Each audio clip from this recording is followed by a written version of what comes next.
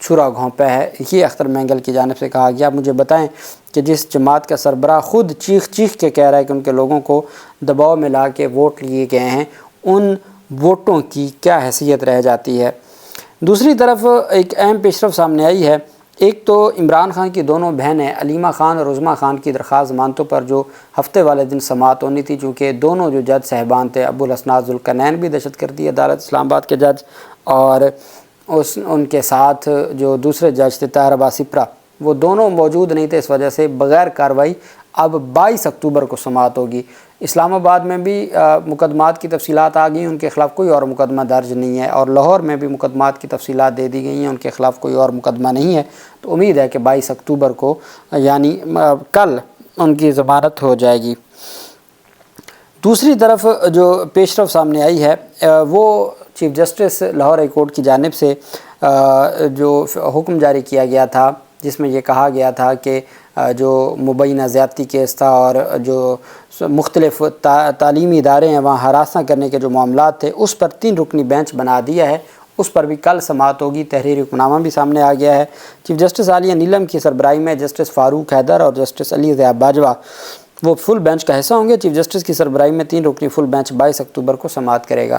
Lahore high court نے fake news پھیلا کر ہنگامہ کرنے اور تعلیمی اداروں میں طالبات کو ہراساں کرنے سے متعلق کیس کا تحریری حکم نامہ جاری کیا، جو 2 صفحات پر مشتمل ہے۔ تحریری حکم نامے کے مطابق عدالت معاملے کی نزاکت کو دیکھتے ہوئے فل بینچ تشکیل دیتی ہے۔ ایڈوکیٹ جنرل پنجاب نے موقف اختیار کیا کہ فیک سوشل میڈیا مہم شروع کی گئی، جبکہ زیادتی کا کوئی واقعہ نہیں ہوا، اور آئی جی پنجاب نے رپورٹ جمع کروائی کہ اس حوالے سے انکوائری شروع کر دی ہے۔ آئی جی پنجاب نے بتایا کہ سوشل میڈیا اکاؤنٹس کی شناخت کی گئی اور ذمہ داران کو گرفتار کیا گیا ہے۔ آئی جی پنجاب نے بتایا مجموعی طور پر 38 سوشل میڈیا اکاؤنٹس بلاک کیے گئے ہیں۔ آئی جی پنجاب نے تسلیم کیا کہ پولیس نے پنجاب یونیورسٹی طالبہ خودکشی کیس کو ذمہ داری سے ڈیل نہیں کیا۔ پولیس اس حوالے سے تحقیقات کاری اور مکمل رپورٹ جمع کروائے گی۔ تحریری حکم کے مطابق registrar Lahore college for women university کی ہراسمنٹ کمیٹی کی رپورٹ غیر تسلی بخش ہے۔ رجسٹرار نے تسلیم کیا کہ عدالتی نوٹس کے بعد رپورٹ تیار کی گئی، چونکہ یہ مسئلہ سوشل میڈیا فیک نیوز اور طالبات سے جڑا ہے، اس لیے پوری احتیاط سے ڈیل کرنا چاہیے۔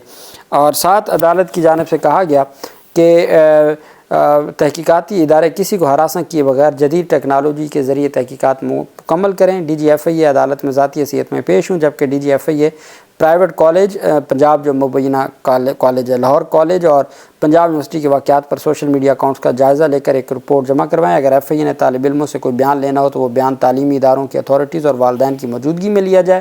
طالب علموں کی مرضی کے بغیر ان سے کوئی بیان نہیں لیا جا سکتا۔ تحریری حکم نامہ میں کہا کہ اگر کسی طالب علم کے پاس مذکورہ واقعات کے حوالے سے حقائق ہیں تو وہ ایف آئی اے یا دیگر اتھارٹیز سے رجوع کر سکتا ہے۔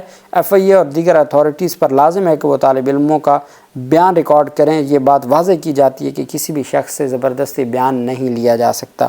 یہ لاہور ہائی کورٹ نے حکم نامہ جاری کیا ہے۔ دوسری طرف نیب نے ایک اہم درخواست دائر کی ہے۔ لاہور ہائی کورٹ نے یہ پاکستان تحریک انصاف کے رہنما پرویز الہی سے متعلق ایک درخواست تھی، اور نیب کی جانب سے درخواست میں موقف اپنایا گیا۔ لاہور ہائی کورٹ نے نیب عدالت نے کچھ ڈاکومنٹس اور دستاویزات تھیں پرویز الہی کو نہ دینے پر عدالت نے حکم دیا تھا کہ ان کے کیس کا ریکارڈ ان کو دیا جائے۔ وہ عدالت کے کہنے کے باوجود ان کو ریکارڈ نہ ملا، تو پھر اس پر انہوں نے رجوع کیا ان کے ساتھ نیب عدالت نے جرمانہ کر دیا۔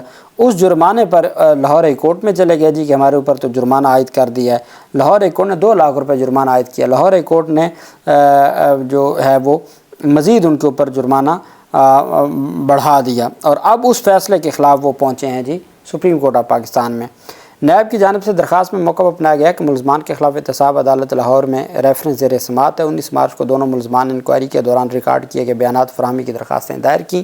15 مئی کو احتساب عدالت نے ملزمان کی درخواستیں منظور کرتے ہوئے بیانات فراہم کرنے کا حکم دیا۔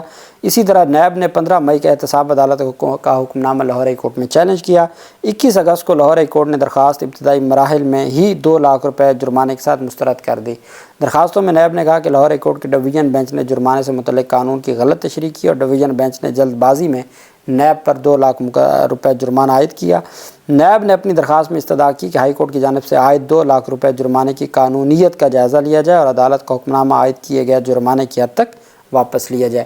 جو مین کیس ہے کہ جی پرویز الہی کو ڈاکومنٹس دینے ہیں یا نہیں دینے، اس حد تک تو نیب نے اپیل ہی نہیں کی۔ اب اپیل صرف نیب کا ہے 2 لاکھ روپے اپنے بچانے کے لیے، اور وہ 2 لاکھ کی اپیل کی ہے، تو میرے خیال میں تو وہ 5 لاکھ تو وکیل کو دے بیٹھیں گے سپریم کورٹ کے لیے 2 لاکھ بچانے کے لیے۔ دوسری طرف جسٹس طارق جہانگیری صاحب نے گفتگو کی ہے ایک کانفرنس میں، اور انہوں نے گفتگو کرتے ہوئے کہا ہے ایسوسی ایشن آف انٹرنیشنل لائرز گلوبل کے زیر اہتمام لنکس ان میں کانفرنس میں عدلیہ کی آزادی اور منصفانہ ٹرائل کے موضوع پر خطاب کرتے ہوئے انہوں نے کہا کہ انصاف کی فراہمی کئی مسائل درپیش ہیں، ای کورٹ سے کیسز تیزی سے بھگتانے میں مدد ملے گی، سپریم کورٹ کے غیر جانبداری کے اس کے فیصلوں سے نظر آئے گی۔ اس موقع پر سابق جسٹس شاہد جمیل نے کہا کہ نئی آئینی ترمیم سے سپریم کورٹ کے اختیارات کم ہوں گے، آئینی ترمیم سے عدلیہ کی آزادی پر سمجھوتا ہوگا۔ انہوں نے کہا اس آئینی ترمیم کا جلد انصاف کی فراہمی سے بھی کوئی تعلق نہیں ہے، اس کا مقصد کچھ اور ہے، کاش اسی طرح جلد انصاف کی فراہمی کے لیے بھی یہ مل بیٹھیں۔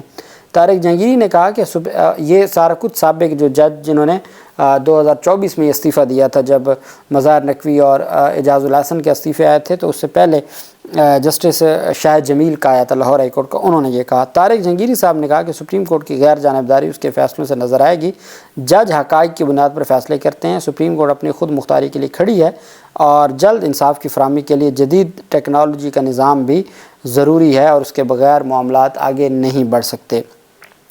اب آ جاتے ہیں کہ جی یہ آئینی ترمیم ہو گئیں، اور آئینی ترمیم ہونے کے بعد اگر تو پاکستان تحریک انصاف کو یہ کہا جاتا ہے کہ جی آئینی ترمیم آپ نے، چونکہ پاکستان تحریک انصاف نے بھی چیلنج کرنی ہے، بار کونسلز اور بار ایسوسی ایشنز نے بھی چیلنج کرنی ہے، تو کہاں کرنی ہے؟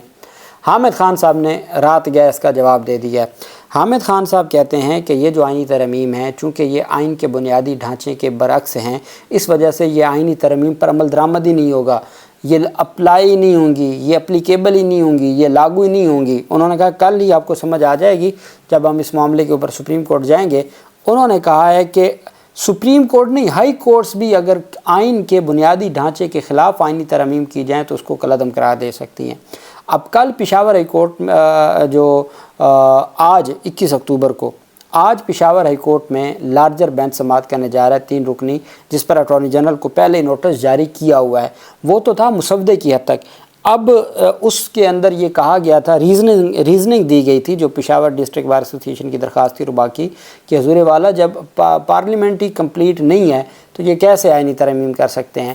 تو اگر پشاور ہائی کورٹ میں صبح ہی مرمہ اپلیکیشن، امینڈڈ اپلیکیشن دے کے اس میں ان آئینی ترمیم کو بھی ساتھ چیلنج کر دیا جاتا ہے، اور پشاور ہائی کورٹ کا 3 رکنی بینچ اسٹے آرڈر دے دے، تو پھر یہ آئینی ترمیم کہاں جائیں گی؟ تو یہ بہت ساری چیزیں ہیں جن کو، اور ساتھ آج حامد خان صاحب سپریم کورٹ آف پاکستان 21 اکتوبر آج جا رہے ہیں، اور آج ان کی جانب سے کیا ہوتا ہے، اور وہ اس سارے معاملے کو انہوں نے یہ واضح کر دیا ہے کہ جی سپریم کورٹ آف پاکستان کا فل کورٹ اس مسئلے کو حل کرے گا، اور وہ ضرور بیٹھے گا، اور انہوں نے کہا ہے کہ ہم ہر صورت تحریک بھی چلائیں گے، اور ہم عدالتوں میں بھی بیٹھیں گے، اور ہم عدالتوں میں یہ کیسز اور یہ جنگ لڑیں گے۔ اور ان کی جانب سے کہا گیا ہے کہ آئین کی جو بالادستی ہے وہ ہر کسی کے اوپر لازم و ملزوم ہے، اور آئین کی بالادستی کے لیے جو چیزیں ہیں ان کو ہر صورت ہم اپنی ذمہ داریاں نبھائیں گے۔ اللہ پاک پاکستان کا حامی و ناصر ہو۔ بہت شکریہ۔ اللہ حافظ۔ پاکستان زندہ باد۔